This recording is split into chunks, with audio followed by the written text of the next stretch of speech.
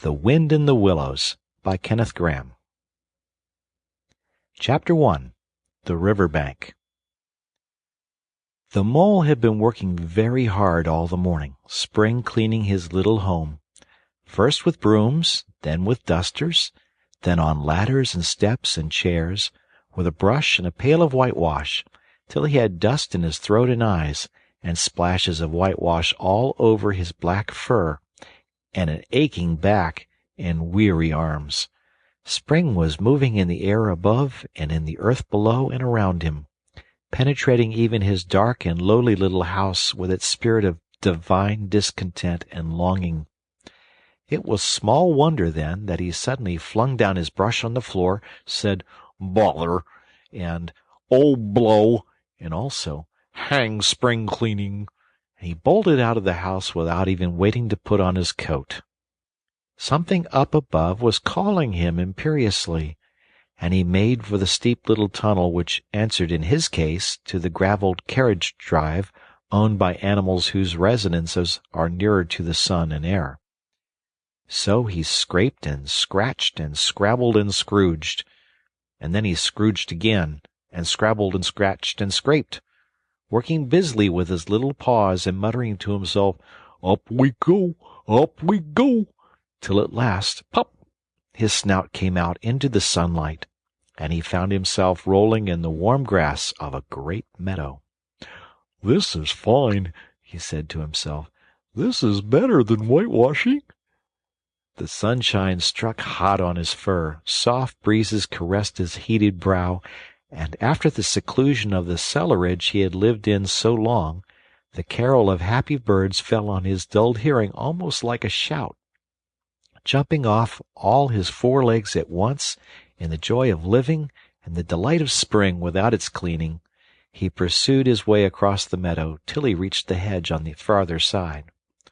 "Hold up," said an elderly rabbit at the gap. "Sixpence for the privilege of passing by the private road." He was bowled over in an instant by the impatient and contemptuous mole, who trotted along the side of the hedge chaffing the other rabbits as they peeped hurriedly from their holes to see what the row was about. "Onion sauce, he remarked jeeringly, and was gone before they could think of a thoroughly satisfactory reply. Then they all started grumbling at each other. "How stupid you are! Why didn't you tell him?" "Well, why didn't you say? You might have reminded him," and so on, in the usual way. But of course it was then much too late, as is always the case. It all seemed too good to be true.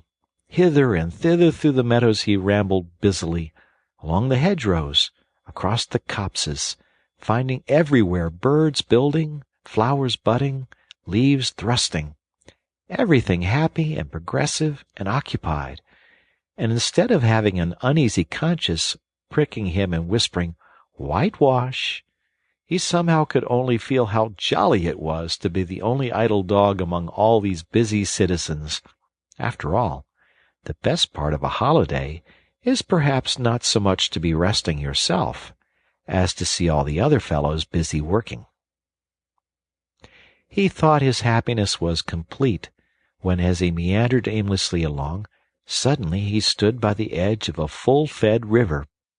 Never in his life had he seen a river before. This sleek, sinuous, full-bodied animal, chasing and chuckling, gripping things with a gurgle and leaving them with a laugh, to fling itself on fresh playmates that shook themselves free and were caught and held again. All was a shake and a shiver, glints and gleams and sparkles, rustle and swirl, chatter and bubble. The mole was bewitched, entranced, fascinated. By the side of the river he trotted as one trots, when very small, by the side of a man who holds one spellbound by exciting stories.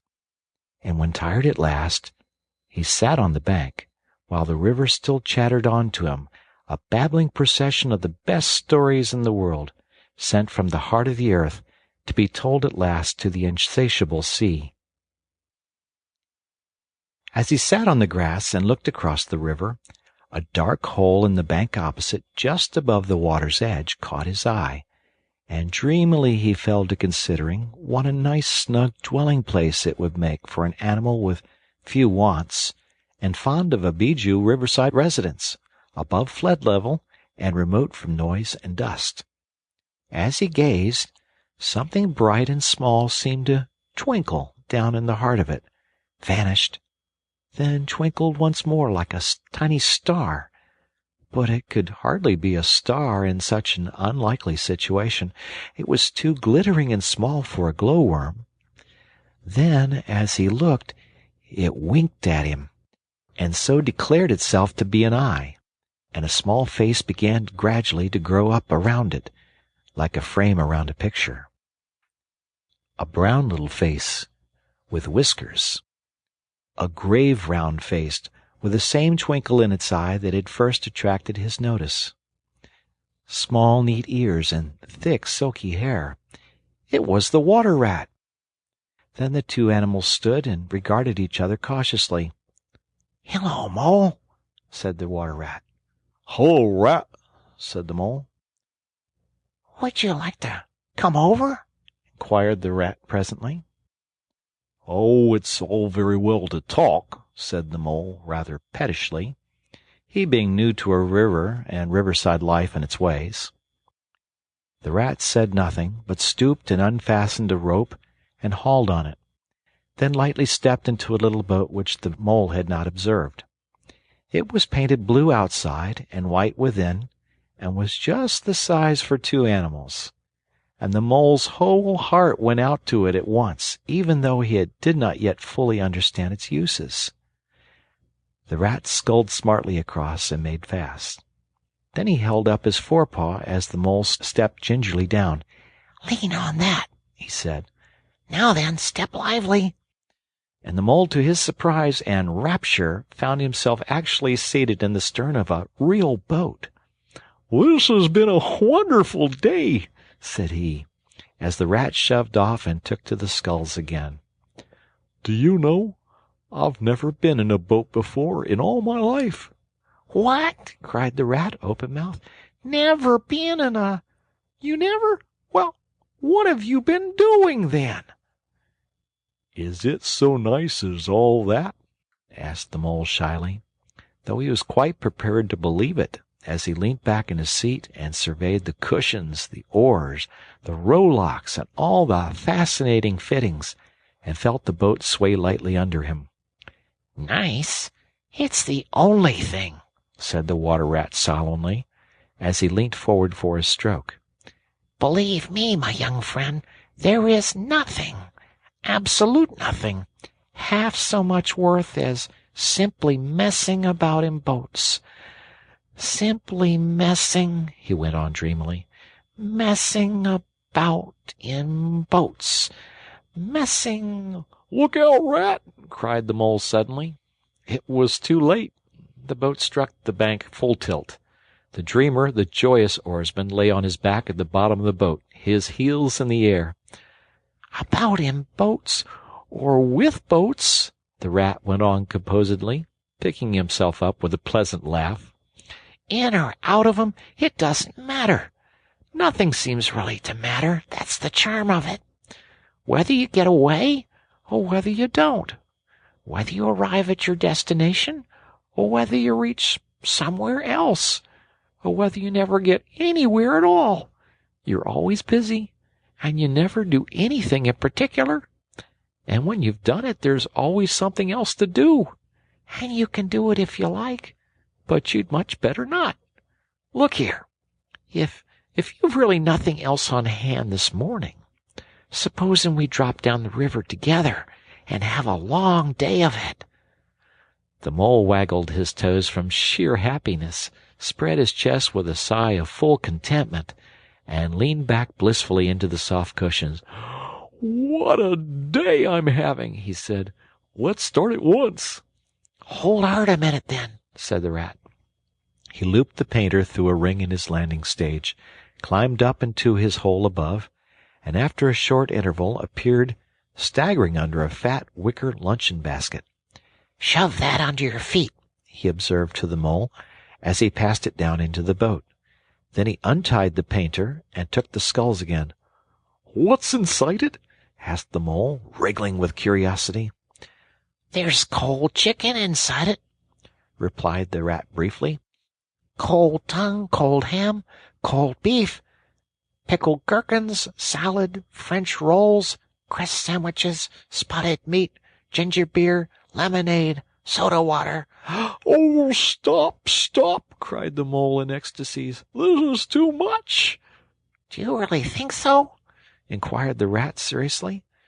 "It's only what I always take on these little excursions, and the other animals are always telling me that I'm a mean beast and cut it very fine."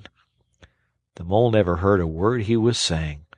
Absorbed in the new life he was entering upon, intoxicated with the sparkle, the ripple, the scents and the sounds and the sunlight, he trailed a paw in the water and dreamed long waking dreams. The Water Rat, like the good little fellow he was, sculled steadily on and forbore to disturb him. "I like your clothes awfully, old chap," he remarked after some half an hour or so had passed. "I'm going to get a black velvet smoking suit myself some day, as soon as I can afford it." "Oh, I beg your pardon," said the Mole, pulling himself together with an effort. "You must think me very rude, but this is all so new to me. So this is a river." "The river," corrected the Rat. "And you really live by the river? What a jolly life!" "By it, and with it, and on it, and in it," said the Rat. "It's brother and sister to me, and aunts and company, and food and drink, and, naturally, washing. It's my world, and I don't want any other. What it hasn't got is not worth having, and what it doesn't know is not worth knowing. Lord, the times we've had together! Whether in winter or summer, spring or autumn, it's always got its fun and its excitements. When the floods are on in February, and my cellars and basement are brimming with drink that's no good to me, and the brown water runs by my best bedroom window, or again when it all drops away and shows patches of mud that smells like plum cake, and the rushes and weed clog the channels, and I can potter about dry-shod over most of the bed of it and find fresh food to eat, and things careless people have dropped out of boats." "But isn't it a bit dull at times?" the Mole ventured to ask. "Just you and the river, and no one else to pass a word with?" "No one else to... Oh, well, I mustn't be too hard on you," said the Rat with forbearance. "You're new to it, and of course you don't know. The bank is so crowded nowadays that many people are moving away altogether. Oh, no, it isn't what it used to be, at all. Otters, kingfishers, dabchicks, moorhens, all of them about all day long, and always wanting you to do something, as if a fellow had no business of his own to attend to." "What lies over there?" asked the Mole, waving a paw towards a background of woodland that darkly framed the water meadows on one side of the river. "That? Oh, that's just the wildwood," said the Rat shortly. "We don't go there very much, we river bankers." Aren't they very nice people in there?" said the Mole, a trifle nervously. "Well," replied the Rat, "let me see. The squirrels are all right, and the rabbits, some of 'em, but rabbits are a mixed lot. Then there's Badger, of course. He lives right in the heart of it. Wouldn't live anywhere else, either, if it paid him to do it. Dear old Badger. Nobody interferes with him. They'd better not," he added significantly. "Why, who should interfere with him?" asked the Mole. "Well, of course, there are others," explained the Rat in a hesitating sort of way. "Weasels and stoats and foxes and so on. They're all right in a way. I'm very good friends with them. Pass the time of day when we meet and all that. But they break out sometimes, there's no denying it. And then, well, You can't really trust them, and that's the fact."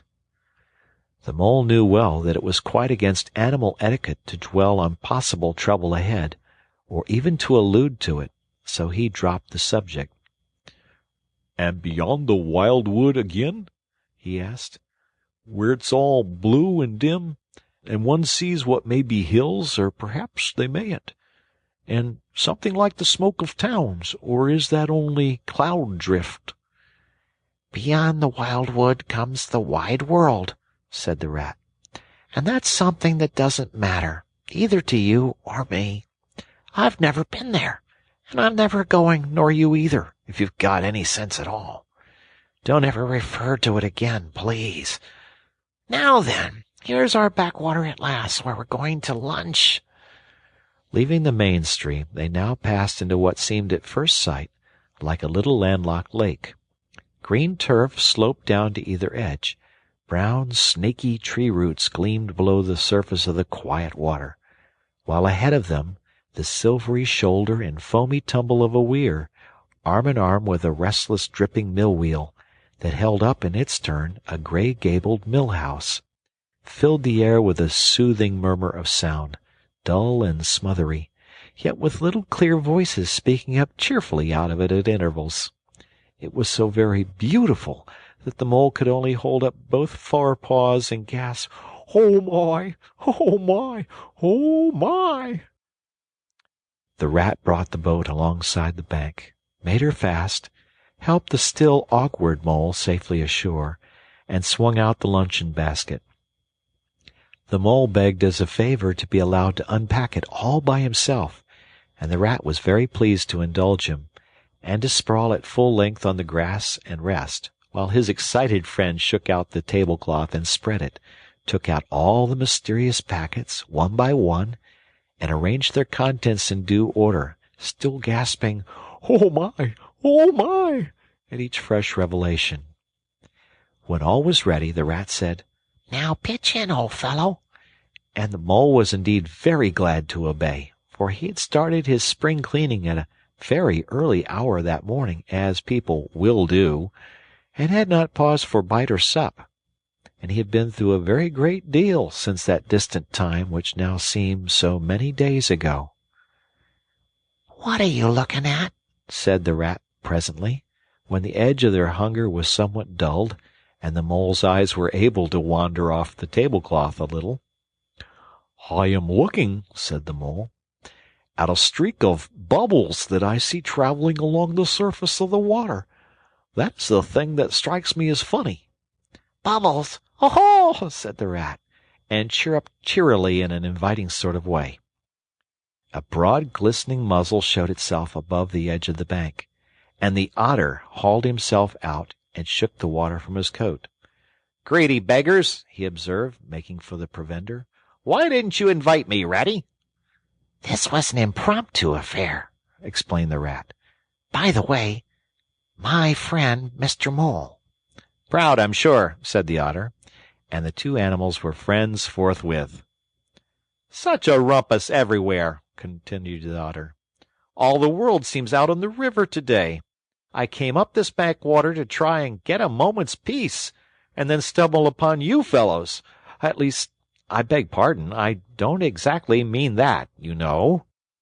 There was a rustle behind them, proceeding from a hedge wherein last year's leaves still clung thick, and a stripy head with high shoulders behind it peered forth on them. "Come on, old badger!" shouted the Rat. The badger trotted forward a pace or two, then grunted, "Company," and turned his back and disappeared from view. "That's just the sort of fellow he is," observed the disappointed Rat. "Simply hates society.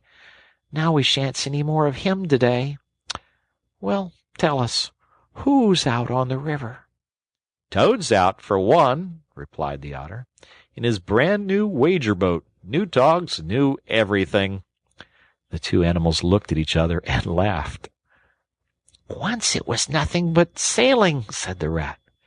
"Then he tired of that and took to punting. Nothing would please him but to punt all day and every day, and a nice mess he made of it. Last year it was houseboating. We all had to go and stay with him in his houseboat and pretend we liked it. He was going to spend the rest of his life in a houseboat. It's all the same, whatever he takes up. He gets tired of it and starts on something fresh." "Such a good fellow, too," remarked the otter reflectively. "But no stability, especially in a boat." From where they sat, they could get a glimpse of the main stream across the island that separated them, and just then a wager boat flashed into view, the rower, a short, stout figure, splashing badly and rolling a good deal, but working his hardest. The rat stood up and hailed him, but Toad, for it was he, shook his head and settled sternly to his work. "He'll be out of the boat in a minute if he rolls like that," said the rat, sitting down again. "Of course he will," chuckled the otter. "Did I ever tell you that good story about Toad and the lock keeper? It happened this way. Toad—" An errant mayfly swerved unsteadily athwart the current in the intoxicated fashion affected by young bloods of mayflies seeing life. A swirl of water and a cloop, and the mayfly was visible no more. Neither was the otter. The mole looked down. The voice was still in his ears, but the turf whereon he had sprawled was clearly vacant. Not an otter to be seen as far as the distant horizon. But again there was a streak of bubbles on the surface of the river. The rat hummed a tune, and the mole recollected that animal etiquette forbade any sort of comment on the sudden disappearance of one's friends at any moment, for any reason, or no reason whatever. "Well, well," said the rat, "I suppose we ought to be moving. I wonder which of us had better pack the luncheon basket." He did not speak as if he were frightfully eager for the treat. "Oh, please let me," said the mole. So of course the rat let him. Packing the basket was not quite such pleasant work as unpacking the basket. It never is. But the mole was bent on enjoying everything, and although just when he had got the basket packed and strapped up tightly, he saw a plate staring up at him from the grass, and when the job had been done again, the rat pointed out a fork which anybody ought to have seen, and last of all, behold, the mustard pot, which he had been sitting on without knowing it. Still, somehow, the thing got finished at last, without much loss of temper. The afternoon sun was getting low as the rat sculled gently homewards in a dreamy mood, murmuring poetry things over to himself, and not paying much attention to Mole. But the mole was very full of lunch and self-satisfaction and pride, and already quite at home in a boat, so he thought, and was getting a bit restless besides, and presently he said, "Ratty, please, I want to row now." The rat shook his head with a smile. "Not yet, my young friend," he said. "Wait till you've had a few lessons. It's not so easy as it looks." The mole was quiet for a minute or two, but he began to feel more and more jealous of Rat, sculling so strongly and so easily along, and his pride began to whisper that he could do it every bit as well. He jumped up and seized the sculls so suddenly that the rat, who was gazing out over the water and saying more poetry things to himself, was taken by surprise and fell backwards off his seat with his legs in the air for the second time, while the triumphant mole took his place and grabbed the sculls with entire confidence. "Stop it, you silly ass!"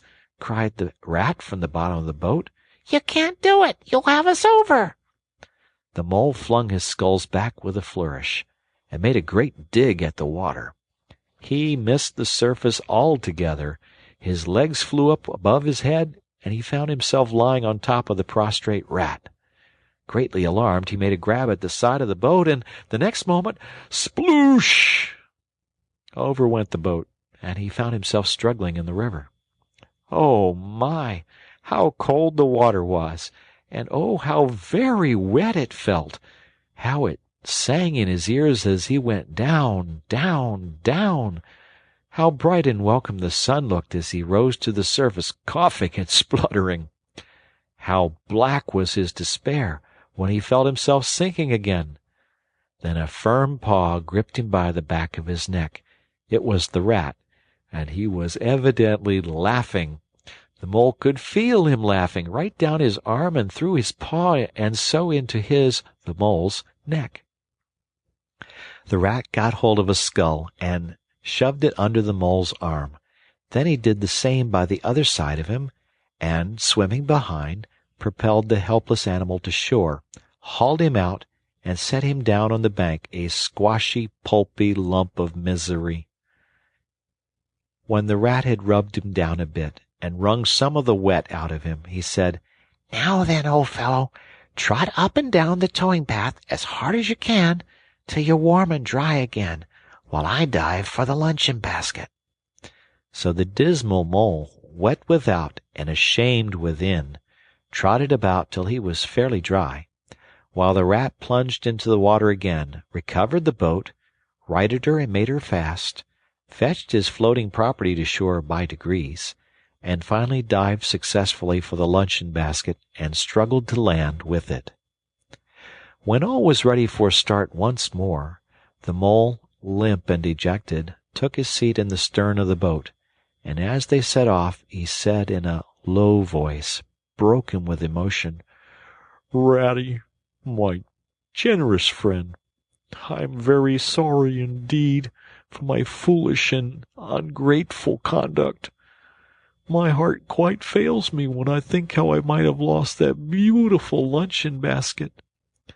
Indeed, I have been a complete ass, and I know it. Will you overlook it this once and forgive me, and let things go on as before?" "That's all right, bless you," responded the rat cheerily. "What's a little wet to a water rat? I'm more in the water than out of it most days. Don't you think any more about it. And look here, I really think you had better come and stop with me for a little time. It's very plain and rough, you know. Not like Toad's house at all, but you haven't seen that yet. Still, I can make you comfortable, and I'll teach you to row and to swim, and you'll soon be as handy on the water as any of us." The mole was so touched by his kind manner of speaking that he could find no voice to answer him, and he had to brush away a tear or two with the back of his paw. But the rat kindly looked in another direction, and presently the mole's spirits revived again, and he was even able to give some straight back talk to a couple of moorhens who were sniggering to each other about his bedraggled appearance. When they got home, the rat made a bright fire in the parlor, and planted the mole in an armchair in front of it, having fetched down a dressing-gown and slippers for him, and told him river stories till supper-time. Very thrilling stories they were, too, to an earth-dwelling animal like Mole.